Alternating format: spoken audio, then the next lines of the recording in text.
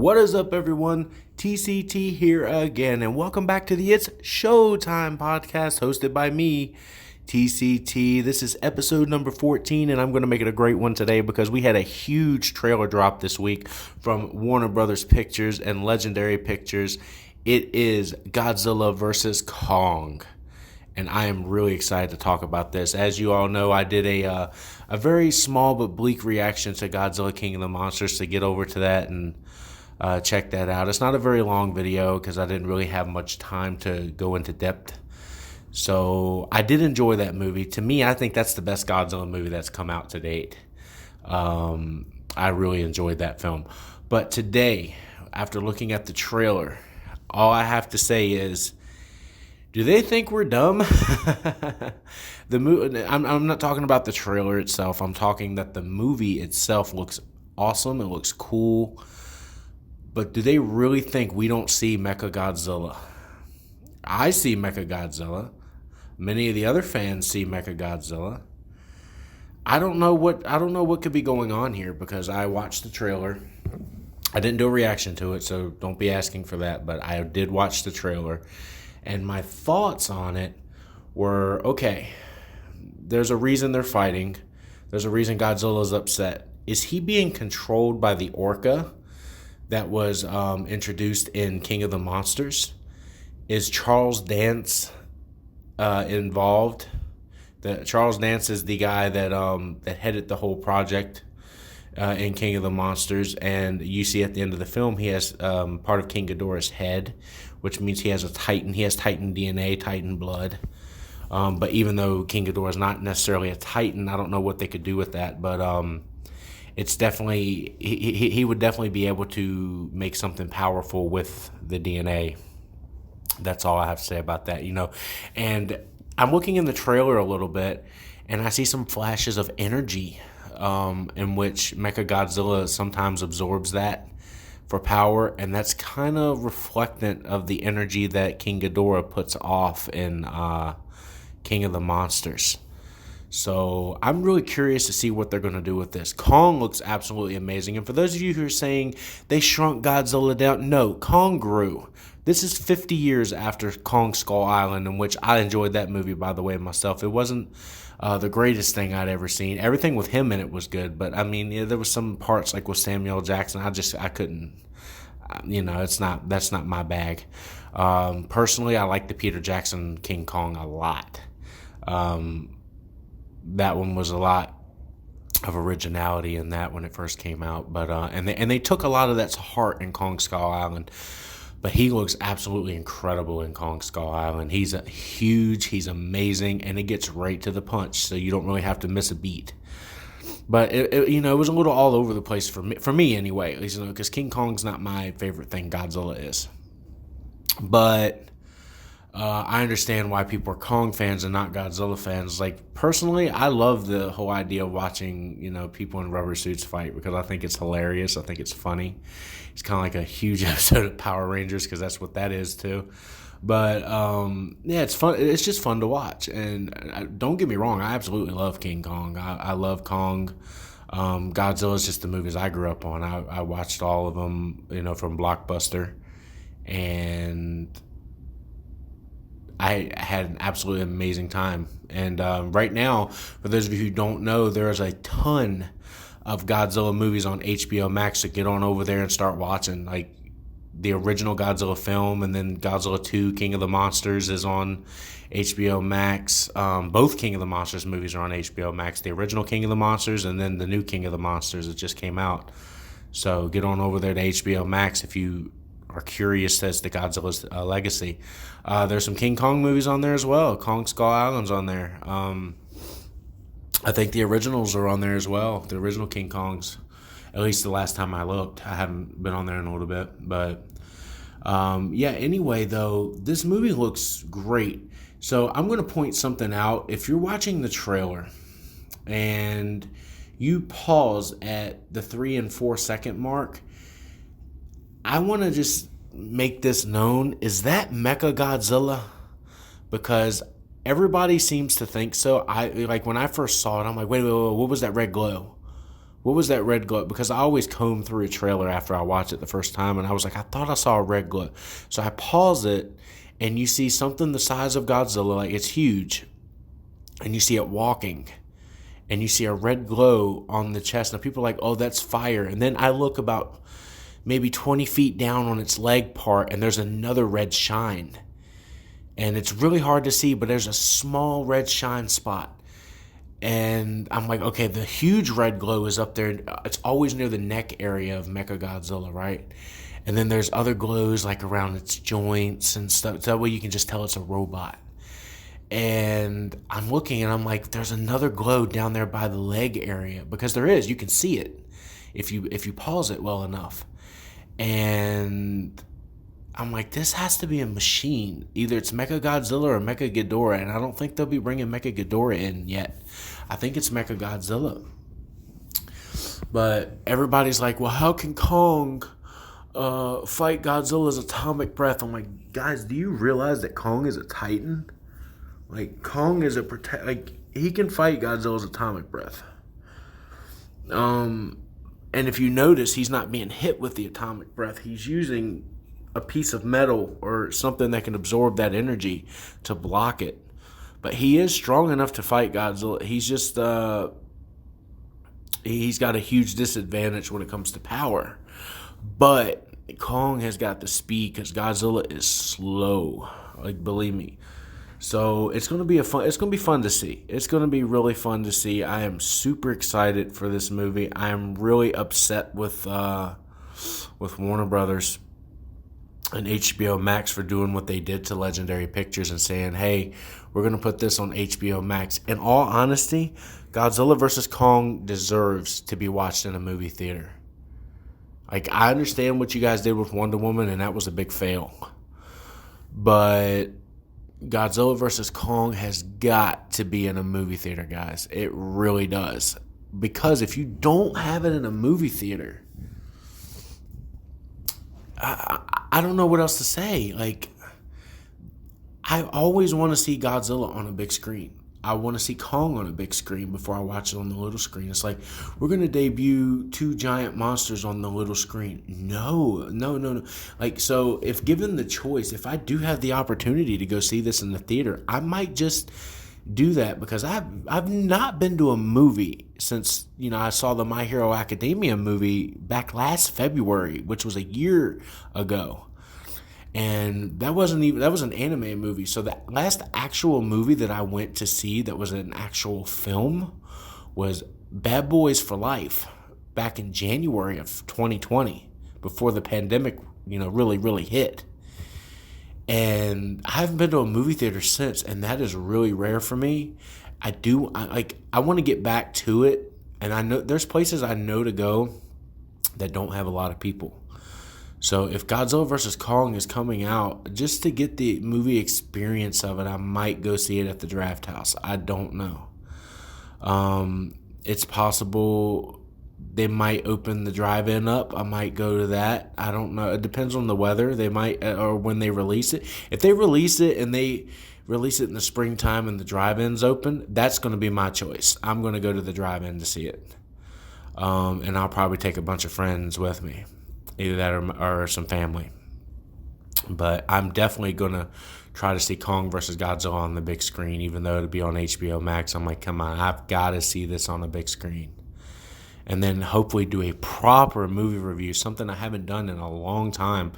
I did the Wonder Woman review on this podcast, but I want to get back into doing my reviews, like my things. And I have to be careful with that now, because YouTube and their algorithm, which is controlled totally by robots anymore, are interfering with, I can't put movie clips or I have to be really careful about what I put.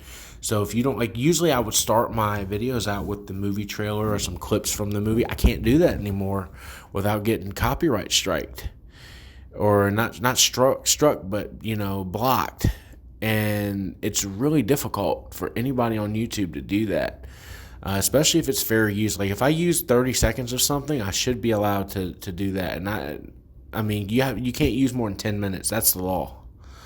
And I used maybe 30 seconds of a song or something like it. Claimed. I was like, I don't care if you claim it, I'll challenge it, but you never win those challenges. Like, you never do. And that's one thing that YouTube has to start realizing. All right, you need to tell people not to use these clips, but then don't give free passes to people that, like, I'll go to reaction channels and I'm like, okay, I reacted to this, so why can they keep it up? That's like playing favorites. That's not fair to someone who's trying to get off the ground like me, who's trying to, bring things full circle. Now, I can't do videos every day or every week because I have another job. But I love what I do. I love, talking. I love talking about movies, films, videos, sports, anything I can get, anything I can talk about. It's amazing to have people respond to that kind of stuff. And I know not a lot of people right now are listening, but you never know. One day, one of these videos might blow up. Because I've had some videos do that in the past, especially my wrestling videos. If you guys haven't seen my wrestling videos, when I go to the shows, go check those out because they've got thousands of views, like thousands of views. My Washington football team, the Redskins, all that stuff, it's got thousands of views. And if you guys have stuck with me who came from those videos, I much appreciate it. Definitely, yes. And I'm going to try to see if I can get some of these podcasts onto like Spotify or something, like some other place that might help, because I don't have like a studio to do this, and I do this any place I can find quiet, and I do it off my phone speaker. Which I tell people is like, if you really want to do a good podcast, all you really need is a cell phone. You do, because it's got the best audio recording device on it. And I use Easy Voice Recorder. That's it. That's what I'm talking on right now. So find somewhere quiet and secluded. Make sure there's no noise, and do exactly what I'm doing right now and talking to you guys. Now, I know it doesn't sound great because I don't have a professional microphone, but that's the times we live in right now. It's like I don't have a space to do that kind of stuff in. I can't do it at home because of family reasons. So I have to do it other places. Sometimes I do it in my truck. That's where I'm at right now. I'm in my truck. I know you hear me when I'm driving. Like, I have a microphone in my truck, a really thick microphone. It's in my truck. It's built into my truck. So when I did the Johnny Depp and Amber Heard podcast, I was talking to you while I was driving because I can do that. I can definitely do that. It's really simple because I have a microphone literally at my mouth. Like, it's literally right above me. It's my telephone microphone. And then there's one in the steering wheel. So, yeah. But anyway, Kong versus Godzilla, or Godzilla versus Kong, whichever you want to call it. I don't know who you want to put first. But I really don't care who wins. Personally, I think in this one, Kong has not become King Kong yet. So somewhere he's going to claim the title. Personally, I think it's going to be King Godzilla and King Kong by the end of the movie. They're both going to be the kings, except Kong's going to be the king of Skull Island. Godzilla's going to be the king of the monsters. But Kong, to me, I don't think Kong is a monster. He's a protector of the island. And this whole thing with the little girl, I'm not sure how I feel about that. Because we know the whole story with him and Anne, from the original films and, all the other films.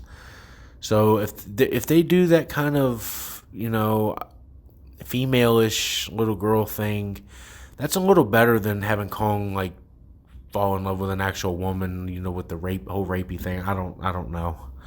But I think it'll be okay. We'll just have to see. And if any of you would like to,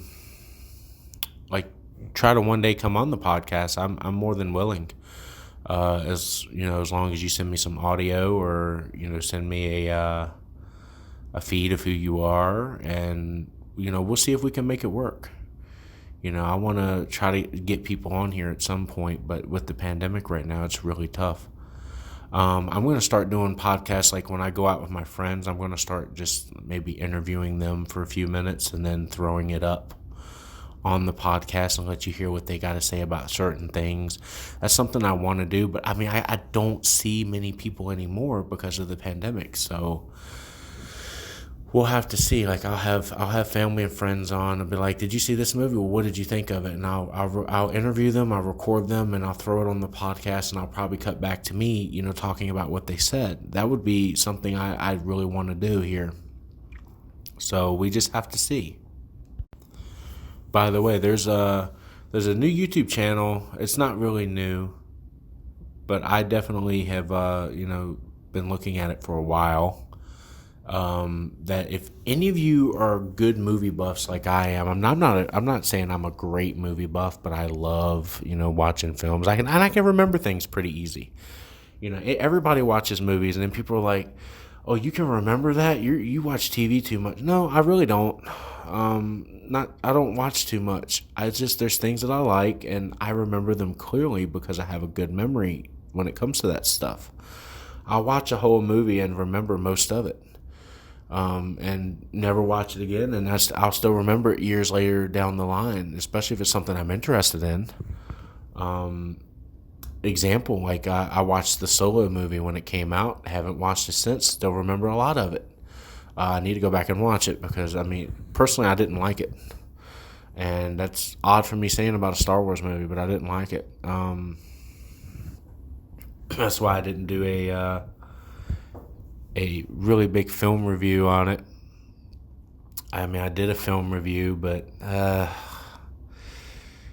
it was all right. I need to go back and watch it because I've done that with the sequel trilogy now. And there's more things I'm starting to realize about the sequel trilogy. Now, they're not fantastic like the original trilogies. Like, Force Awakens is great. Rise of Skywalker was good for what... If J.J. Abrams... Like, this is my personal opinion. I know that if you go back and look at my Last Jedi review, I liked it. That was me personally being nice because my little cousin was in the car. He's on the video. So that's personally me being nice. I was like, if you notice, there's not many things that I say I like about the movie. I was just being a little respectful because he enjoyed it because it's a Star Wars movie. And I enjoyed it, but I didn't necessarily love it. Like, you know what I mean? It's like, oh, it's fantastic. And it wasn't fantastic. But it wasn't like as horrid as people were making it out to be either. I understand where they went with it. So bashing The Last Jedi is not, good for me. Personally, I think Rian Johnson really messed the franchise up. Personally, they should have left J.J. Abrams with all three films. J.J. Abrams should have did all three films because I absolutely love Rise of Skywalker. And people are like, Rise of Skywalker sucks. It's like, no, you just don't like that they used Rise of Skywalker to fix Rian Johnson's mistake. Oh, Palpatine, Rey is Palpatine's great. Come on. Like, if they would have started off and then JJ would have done the second movie and then JJ would have done the third movie, ended up there, you wouldn't have anything to say about it, believe me. Like, I don't care about the thing about Palpatine. Personally, I think Palpatine was awesome in that movie. Even though, yes, it does put shame to the fact that Vader destroyed him. Because Vader didn't destroy him, apparently. And it puts a little bit more context to Kylo becoming Ben. He became Ben ultimately because Palpatine returned. That's it. He became Ben again because Palpatine returned, and he was so furious at that because he wanted to be Supreme Ruler. And what made it interesting, because Rian Johnson completely screwed up the story of Snoke, was that when you found out, hey, Palpatine's been controlling Ren this whole time, I'm like, so he didn't die from the hands of Vader. Vader just saved Luke, but he didn't die. So that really doesn't damage it that much. But it's damage. That movie was just nothing but damage control from what Rian Johnson did in The Last Jedi, which was absolutely atrocious. Stuff because of all the feminism and all that he put. I was like, come on, Disney, you guys have got to stop doing that in movies. And same with Warner Brothers. You guys have got to stop. It's like, I'm all for women power, man, but you can't shove it down my throat in a film. You just can't do it, or I'm not going to be interested, because it takes away from your story. It just makes you feel like a brat. And I'm like, look, I don't treat women like that. Yeah, there's a lot of men that treat women like that, but I mean, if you tell them they're treating women like that, it's just going to continue to happen. You have to get these people in person, not through film messages, because what happens is if you do what they did in Wonder Woman 84 and you show men acting like that towards women like that, well, there's little kids that are going to be watching, little boys, and they're like, oh, this is how you talk to women. And then mommy's like, no, it's not. But they're doing it on the movie. That's why you should never put stuff like that in movies, because it makes it continue. You need to show people outside of films why that's bad. Showing it in films only makes other people look at the films like, hey, that's awesome. I'm going to do that to my girlfriend. Like, no, don't do that stuff. But because you're putting the subliminal messages in their head, they're going to be like, well, I can get away with it. I don't have any idea on why directors do that. Now, if it's a movie based on that stuff, like, that's one thing. But the story had no revolve around that kind of stuff. But anyway, back to the subject of Star Wars. Look, I can't wait for the new films to come out. I know I did a podcast a few weeks ago, 2 podcasts ago, talking about the new films that were coming out. So go and check that out if you want to hear everything. There's a lot of Star Wars stuff coming out, so I'm super excited. One day I'm going to make a visit down to Florida to go and see the Galaxy's Edge. People are like, oh yeah, it's a waste of time. Really, to me, it's not going to be a waste of time just to see, artwork. They're like, oh, the rides and stuff down there. So I was like, I'm not going down there for the rides. I'm going down there to look. I'm going down there for the experience. I'm going down there to see cosplayers in stormtrooper outfits. I'm going down there to see people that are walking around looking like Kylo and Vader. I want to see that stuff, with my eyes. I'd love to see the Millennium Falcon in person. It's sitting right there. Just taking a picture in front of that would be cool. You know what I mean? It's like, people are like, oh, but that place down there is not really much to do. It's like, there'd be plenty to do for me. Just looking at the artwork would be awesome. I'd go and I'd buy some souvenirs. You know what I mean? It's like, I'd buy a couple souvenirs. That's pretty much what I'd go for. I wouldn't go really to get on the rides or anything. I'd go just to enjoy it and take a look at it once. That'd be all I need, and then I wouldn't have to ever do it again if I didn't want to. So, yeah, Galaxy's Edge would be a cool thing to do one day if I can ever get down to Florida. But it's going to take some time after the pandemic. But, yeah, I definitely want to give that a try. At least one day. I'm not going to say anytime soon. Within maybe the next 10 years, I hope. And I'll film some things with my phone. I'll try to have as much cleared off my phone before I go down to Florida as possible. Either that or buy a replacement phone or a camera and just get some footage of me going inside the park. And try to make it a little bit of a vlog. Either that or put videos up on the podcast. Because who knows where I'll be by then. Maybe I'll be alone and I'll be able to have a camera in front of me talking to you guys. So that'll be a pretty cool treat. To treat myself with. And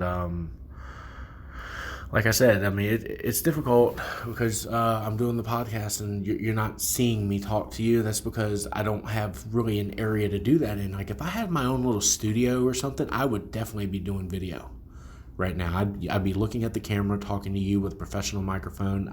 I can do that stuff. I have that stuff ready to go. I just don't have an area to do it in. That's connected to an audio source or something like that. So more than likely it's not going to happen anytime soon. I'm comfortable with what I'm doing right now.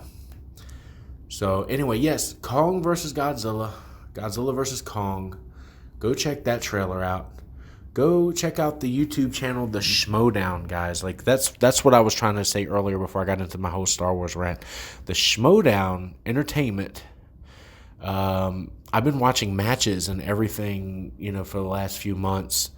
And my man, like for some of the movie stuff is like I haven't seen every movie. People are like, "Oh, you've seen so much." There's questions on there that I would never get in a million years. But if you ask me Star Wars stuff, like now, I'm not going to put myself on the level of Sam Witwer because that dude like literally is a force wielder when it comes to Star Wars knowledge.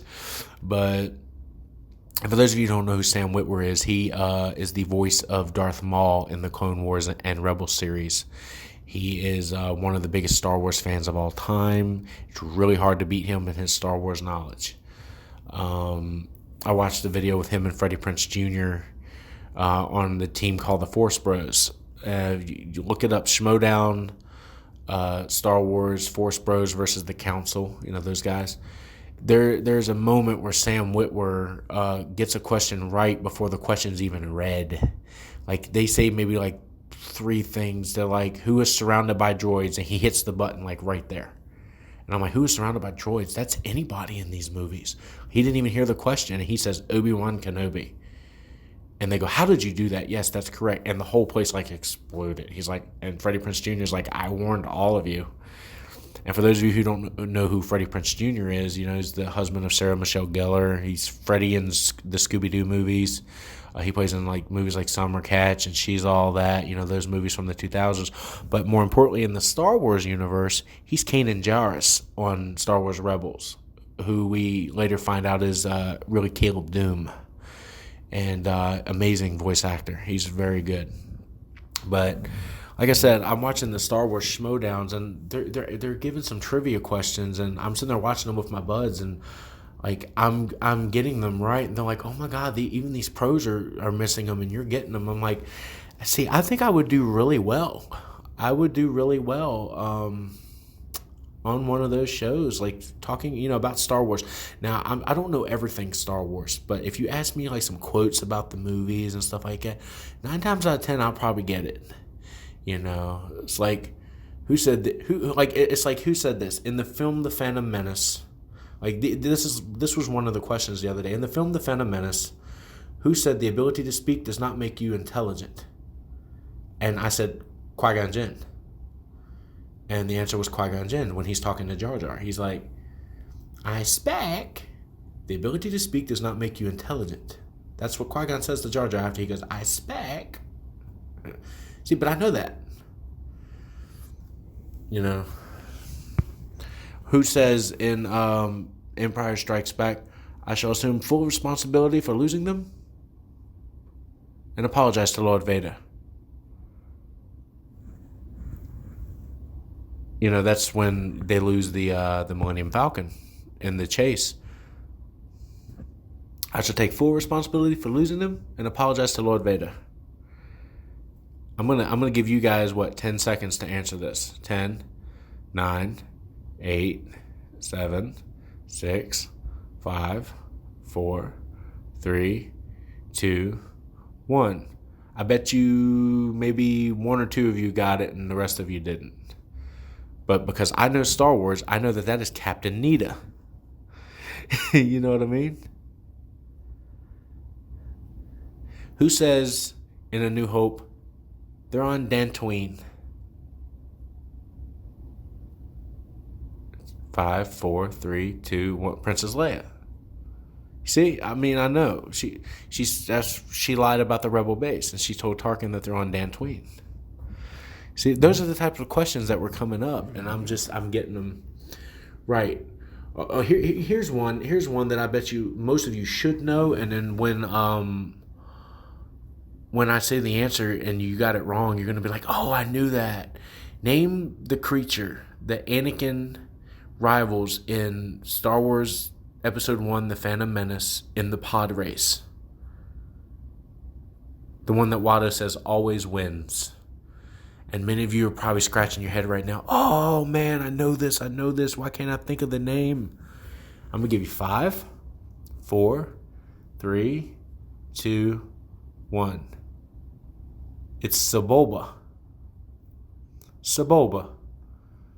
And you're probably like, oh, I forgot it was Sebulba. No, you knew it was Sebulba, but you didn't get it right. See? That's the kind of stuff. Like, they'll ask you, what's the name of the Ewok that Princess Leia meets in Return of the Jedi? Who is played by Warwick Davis, by the way. Many of you know that that's Warwick Davis and he's playing an Ewok, but how many of you Star Wars fans actually know that Ewok's name? When she's like, see, it's a helmet, it's a hat, it's not going to hurt you, you know, the little teddy bear guy. How many of you actually know that character's name? I do. I give you 5 seconds. 5, 4, 3, 2, 1. His name is Wicket. Wicket. See? I know some questions. I know some things about it. So it would be cool to do a type of one of those types of like trivia contests, like, you know, with someone that has some knowledge about Star Wars. But anyway, that's going to do it for this podcast, you guys. Thank you so much for listening. I know it's a small podcast, but thank you so much for listening. I mean, it's only 30 minutes every time, but there's always some things I want to talk about. I want to get everything, you know, spoken about that I can within a 30-minute time frame. And sometimes I go over, and I apologize for that. But I mean, hey, you know, there's things I want to talk about. I'm sorry. But yeah, so Kong versus Godzilla versus Kong is coming out soon. Please check that trailer out. Check out the Schmodown, the YouTube channel that I just told you about. This got some great matches. You know, I just watched Chris Jericho versus Kevin Smith. Great match. That was a great match. I'm not going to tell you who wins, but that was a good match. It wasn't a Star Wars either. It was about just regular film knowledge. So, and you would think who would win, but really, would you? Like, would you expect Chris Jericho to be able to hang with Kevin Smith? Like, we know who Kevin Smith is. He's from Jay and Silent Bob, and he's a director of many films. But Jericho's got some knowledge too. You know, that's probably on their main page right now. When you click on it, I think that's the main video that's up, and I would definitely watch it. It's definitely worth a watch. But there's many of them on there. A lot of matches, and you'll sit there and find yourself like, man, these guys know things that I don't. It's like, well, sure. So watch the Schmodown, and then check out the Star Wars podcast that I did 2 weeks ago. Check out my Wonder Woman 1984 review. I did that in my previous podcast. So like, subscribe, favorite, and as always, this is TCT signing off. Have a great week, everybody. I'll see you next time on the It's Showtime podcast.